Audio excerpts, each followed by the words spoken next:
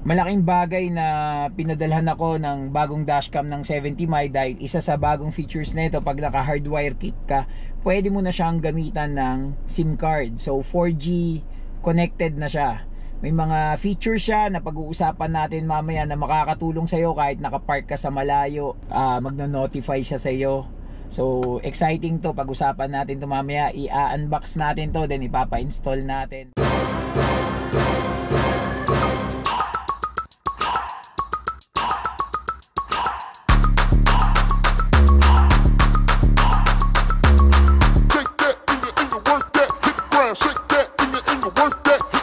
Morning sa inyo lahat. Ngayong araw pinadalhan uli ako ni 70mi ng bagong dashcam. Papunta ako ngayon ng off-grid 4x4 adventure para ipa-install itong 70mi na to. Gusto ko kasi professionally installed itong camera.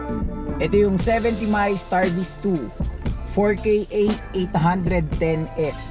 Yan. Bukod dyan, kasama sa pinadala sa atin itong hardwire kit. So salamat 70mi.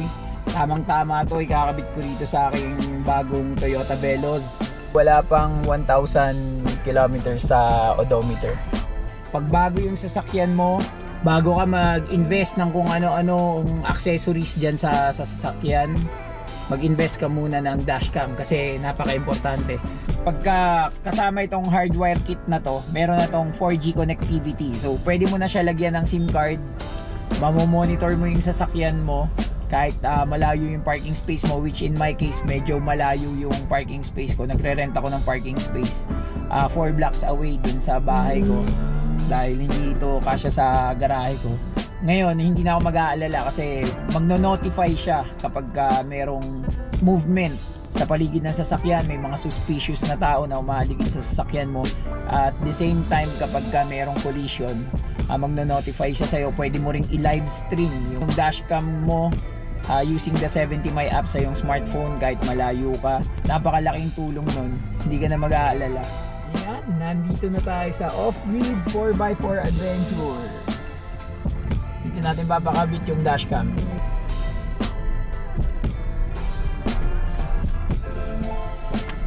70mi Starviz 2 4K A810S HDR set. So inside the box envelope, nandito yung mga manual at saka yung mga transparent tape, itong mga extra na mounting tape. Nandito na ang ating bida, yung main camera. Nandiyan pa rin yung premium slick design ng ating main camera. Nandito pa rin yung ating 3 inches na display screen. Tapos merong mga physical buttons dyan para sa ating function buttons. Andito yung ating rear camera. Cable papunta sa rear camera. Yung cable papunta sa power supply. Meron pa ring pry tool. Tapos meron ding cigarette lighter port sila na sinama. Charging port. Yan. Makikita nyo dito sa hardwire kit. Ewan ko kung mababasa nyo. For Globe SIM card only. Meron na siyang 4G connectivity. So, pwede mo na siyang lagyan ng SIM card para sa mas magandang features. Pag-uusapan natin lahat mamaya yung mga features na yan. Yan. Ito yung papunta sa power supply natin, sa fuse. Itong nakabalot na to, dito may lalagay yung SIM card para magkaroon ng 4G connectivity. Most probably, nasa nasa ibabaw ng dashboard to. Nagpadala rin pala sila sa akin ng SD card para dito sa camera. So, andito yung SD card slot niyan. Yan. Premium and quality pa rin yung design. Very sleek. Okay, so i-install natin to ngayon. Papa-install natin dito sa off-grid 4x4 para professional yung pagkakabit. Pwede naman tong i-DIY pero hindi ako ganun ka-skillful magkabit nito. At saka gusto kong no splice. Ayaw kong mawala yung warranty. So, para sure lang ako. Kaya ikakabit muna natin tong transparent film dito sa windshield bago natin ilagay yung camera mount. Yan, kabit natin yung mount after nung transparent film. Pag nandyan na yung mount, yung camera, slip on na lang yan. Yan o. Very na yan, stable na yan, sturdy. And kapag na-mount mo na, yung mismong lens niya, pwede yan, na-swivel yan. So pwede mo yan i-focus according dun sa pinaka-ideal na position niya. Yan yung wire papunta na sa likod. Binapagapang na. Yan na, nakarating na sa likod yung wire natin. Yan, paglabas ng wire natin dyan sa hose. Sa flexible na yan. Diretso na yan dun sa loob. Dito na lalabas. Dito natin yung rear camera. Ang linis ng pagkakagawa niya, nakatago talaga yung wire. Yan, same sa lens nung front camera natin. Itong rear camera na swivel din yan. Yan. Na nating ikakabit itong lagayan ng SIM card. Itong wire na to papunta yan dun sa fuse box. Pero gagamitan natin yan, parang no splice siya. Gagamitan natin ng fuse adapter. Yan, nakakabit na siya. Lalagay natin yung SD card. Yan, set natin yung language, English, physical button to mga to, so madali lang, pipindutin mo lang yan. Check. 70 mi, the smarter way forward. Lalagay natin yung date 2025.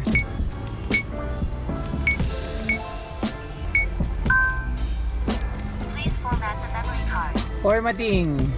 Nakakabit na yung ating 70 mi A810S dashcam, yung pinakabago nilang dashcam ngayon with 4G connectivity. Mas malinaw ang camera nito, mas improve yung camera. Ngayon i-test natin tong A810S sa iba't ibang weather and light conditions. Ang A810S ay 4K UHD 30 FPS with 70 mi advanced image technology. Kaya nitong mag-provide ng clear at reliable na evidences kahit sa mga challenging na lighting conditions. Equipped with the proprietary MyColor Vivid Plus solution, ang A810S ay kaya mag-adapt sa light and color changes para siguradong crisp ang details kahit sa mga transition. At dahil sa 70 mi Advanced License Plate ROI algorithm, mas malinaw ang capture niya sa mga license plate, enhancing clarity while minimizing energy use. Pinaganda din ng night vision dahil sa Sony Starviz 2 technology at 70 mi Night Owl vision, enhanced na ang exposure sa gabi, reducing noise, control glare, providing clear and balanced visuals. Ngayon susubukan natin yung parking surveillance niya, kung paano siya gumagana. Basically, pag pinatay mo yung engine mo dahil naka-hardwire kit tayo, gagana yung parking surveillance niya kahit patay na yung engine mo, kahit iwan mo yan sa parking. Pag may mga suspicious na tao na lumalapit sa sasakyan mo, i-re-record niya yon, including kapag nakasense yung G-sensor niya ng movement or ng galaw ng sasakyan, magre-record siya kasi baka mamaya nabangga yung sasakyan mo while naka-park ka. Yan, tatry natin. So, off natin yung engine. Yan, naka-off na yung engine natin. Entering the parking surveillance mode. Yun, entering the parking surveillance mode. So, tatry natin yan dun sa labas.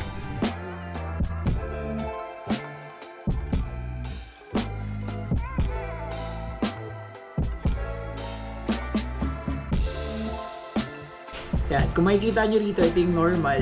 Ito yung mga kuha ng front. Ito naman yung rear. Yan. Nandyan din yung sa parking. Ito yung kanina na habang nakapark siya, naka-off yung engine. Ito yung kuha.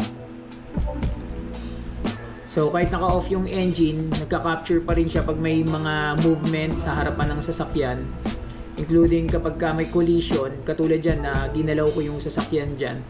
Nag-record siya kahit naka-off yung engine natin. Meron ding folder ng event, dyan na pupunta yung mga special files natin kung sakaling may collision. Magre-record siya ng up to 3 minutes before the collision and 30 seconds after the collision. Dyan sa event yun mapupunta. Ngayon naman, pag-uusapan natin yung pinakaabangan kong feature dito sa 70 mi A810S at yan yung 4G connectivity. Para masubukan natin yan, kailangan natin ng SIM card. Ito yung lagayan natin ng SIM card. Nandito sa gilid yung tray niyan. Gagamit na natin yung kasama sa package na SIM card ejector. Mapapansin nyo rin pag connected na siya, green na yung light indicator niya. Whereas kanina naka-red siya. Ibig sabihin yan, may connection na siya. Dahil nilagyan ko na ng SIM card, yan, lumabas yung message na yan. No? New 4G module accesses were detected. So, iset lang natin. Okay lang natin yan. Yan, makikita nyo dyan, merong remote surveillance, vehicle location, kung nakalimutan nyo kung saan nakapark yan, vehicle location, or pinagamit nyo yung sasakyan nyo sa iba, pwede nyo siya matrack. Pumasok muna ako dito sa bahay para i-check ko kung mamomonitor talaga yung sasakyan kahit nandun siya sa parking. Malalaman natin dito. Vehicle location muna, try natin. Merong map. So makikita mo kung nasan yung sasakyan mo. Ayun, nandun siya. Oh. Tapos try natin yung remote surveillance. Ayun. Yan oh, nakikita yung kapitbahay ko. Nakikita yung street. Nakikita may lumalapit. Naka-off yung engine ko so nakikita ko galing dito sa loob ng bahay yung status ng sasakyan, nakikita ko rito. So magagamit nyo rin yan kahit umaandar yung sasakyan. Makikita nyo kung saan pumupunta yung sasakyan gamit yung live streaming. Tsaka magagamit nyo rin itong vehicle location para matrack kung nasa na yung sasakyan. Battery monitoring, check natin. Naka-off yung engine ng sasakyan natin dun sa parking. Pero makikita mo yan, 14.1 volts. So very effective. Yan, ngayon papunta ako ng mall, bibili ako ng tinapay. Itong sasakyan ko, ipapark ko to dun sa open parking. Iwan natin to dun. Then pagpasok ko sa loob ng mall, dun sa bilihan ng tinapay, itetest ko na i-live stream itong ating 70 my A810S kung makikita natin yung status niya habang naka-park mode. Yan, dito ako nag-park. Tatawid ako dun sa kabila para bumili. Yan, nandito na ako sa loob ng mall. So, try natin i-monitor. Yun.